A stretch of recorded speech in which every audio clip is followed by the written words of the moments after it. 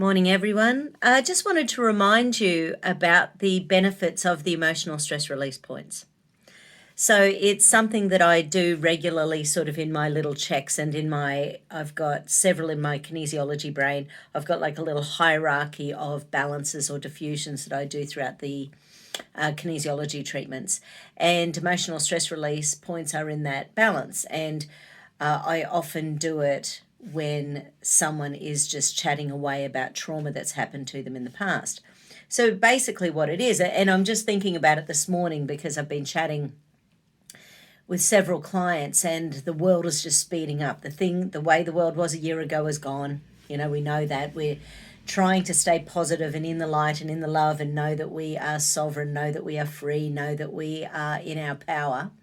But there's lots of big stuff going on in the background, and we just have to trust that everything's going to be okay. Work towards the positive, hope for the best.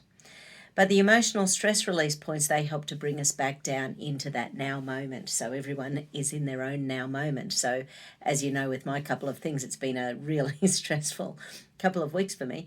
And one of the things that you can do anytime you're feeling stressed is popping your fingers on, it's halfway between your eyebrows and your hairline, and directly up over your eyes. And what that does is to help to bring blood supply to the front of the brain. Simple as that. You can just pop your hand on there. What happens? We get a bad phone call. Holy crap! And our hand goes on our forehead. It's a normal human reaction, and we are just these beautiful humans on the planet, and we just need as many tools as we can to keep bringing us back into that positive now moment, to keep bringing us back into the light, to keep raising our vibration and our energy. So ESRs, so the emotional stress release points, are just one of those ways, another one of those tools that you can utilize to help yourself feel better in the moment. Another thing that you can do is just run that central meridian. From the pubic bone up to the chin, there's 24 central meridian points along that meridian. So every time we're running it, and you can actually flush it backwards and forwards, but always finish going upwards. And there's a really simple kinesiology technique that next time I have someone on the table, I'll throw that in one just for fun. But basically, it proves to the body that going backwards lowers the energy, going upwards strengthens the energy. So basically when we're running that meridian upwards, it feeds the frontal cortex of the brain, and the frontal cortex is about problem solving.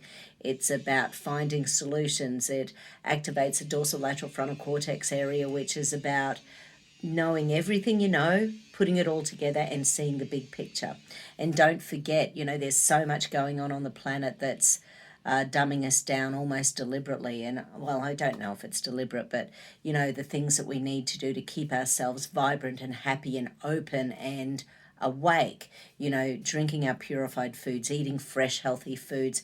Don't eat, sort of eat as little as possible the genetically modified organisms. It's not food. There's just so much out there that is not food, and we're just eating it, and it's making us unhealthy. It's making us sick. It's making us not conscious human beings. Might be the plan, might not be, but the more we can do to keep ourselves healthy and happy and alive and vibrant and awake, the better. Have a great day.